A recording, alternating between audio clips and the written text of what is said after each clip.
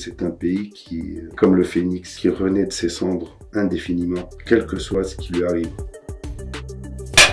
Je m'appelle Mehdi Cherif, j'ai 45 ans, je suis franco-tunisien, j'habite en Tunisie depuis 2015, j'étais avant sur Paris. J'ai fait mes études dans le système français, à Marie Curie, ensuite à PMF. J'ai fait mon début de cursus universitaire à Tunis et ensuite au Canada. Et après, je suis rentré. J'ai ouvert une galerie d'art. Alors ensuite, je me suis lancé dans un projet de salon de thé culturel. C'était le début des salons de thé. C'était vraiment dans un esprit purement de culture. Pouvoir faire connaître certaines personnes qui forcément n'ont pas de moyens de se faire connaître autrement. Donc j'ai toujours aimé la sculpture. Du coup, quand j'ai construit mon salon de thé pratiquement seul. Dans les murs, j'ai fait beaucoup de sculptures, beaucoup de visages. En fait, j'ai pris les visages atypiques et je les ai représentés dans la pierre. Et de ce passage, de ce projet-là, je suis parti ensuite vers Tunis, où j'ai commencé à faire de la sculpture sur résine et sur bois en utilisant des matériaux usés, avec une certaine expression. Après, je me suis lancé dans le bois. J'ai adoré la tronçonneuse. J'ai trouvé certaines facilités à m'amuser avec les tronçonneuses. Du coup, je me suis lancé dans la découpe de bûches, de rondins et tout. J'ai toujours eu de l'émotion pour ce que je fais. J'ai toujours ressenti le besoin de faire certaines choses, toucher la matière, manipuler la matière. J'ai une mère qui est artiste, qui est écrivain, qui a d'ailleurs l'année dernière remporté le prix Zoubeid Abchir du meilleur roman français en Tunisie, qui avait remporté le prix du meilleur poème de la ville d'Arles, qui a été récompensé pas mal de fois pour ça, par les Affaires étrangères et par le ministère de la Culture et la ministre de la Culture française. Donc en fait, on a toujours un peu baigné là-dedans. Pierre bois. J'ai un besoin de travailler la pierre, comme j'ai un besoin de travailler le bois. Moi, je me retrouve facilement dans des forêts en train d'essayer de couper des trucs et me faire interpeller par la police. Me faire embarquer avec ma tronçonneuse et mes 4 rondins, quoi. J'ai aucun problème. Et pierre, parce que pierre, contrairement au bois, traverse le temps. Du coup, j'ai beaucoup utilisé la pierre dans mes créations. Besoin de beaucoup de rêves pour mieux affronter une certaine réalité. Moi, c'est vraiment lunettes noires pour nuit blanche.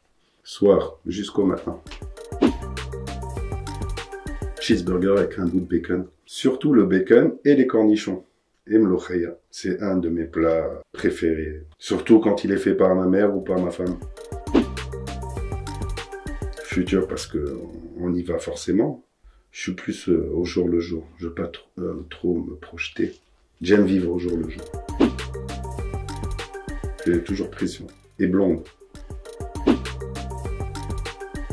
Paris, Tunis. Paris, pendant la période des fêtes, ça reste juste unique.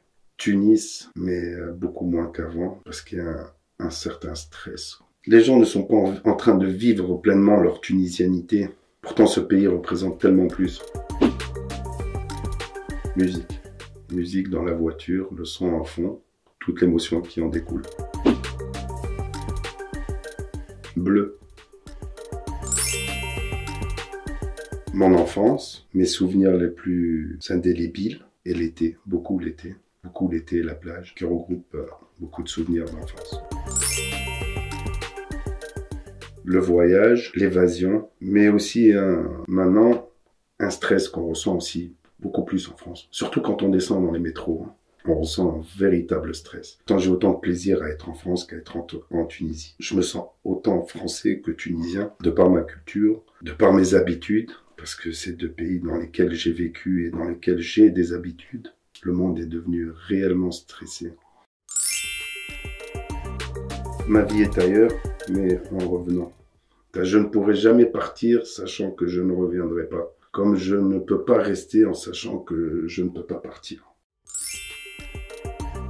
Ce pays mérite et a besoin qu'on vienne lui rendre une petite visite. Il a tellement de belles choses à faire découvrir. D'ailleurs, je vois, parce que j'ai fait les rallyes, j'ai beaucoup fait le sud et je vois réellement que ceux qui profitent de ce pays sont plus les étrangers qui viennent que le Tunisien lui-même. Donc s'il y a un message que j'aimerais faire passer, c'est les autorités de ce pays s'orientent plus vers le Tunisien pour que le Tunisien soit le premier des touristes dans son pays pour que lui-même puisse conter l'histoire à ceux qui viendraient d'ailleurs.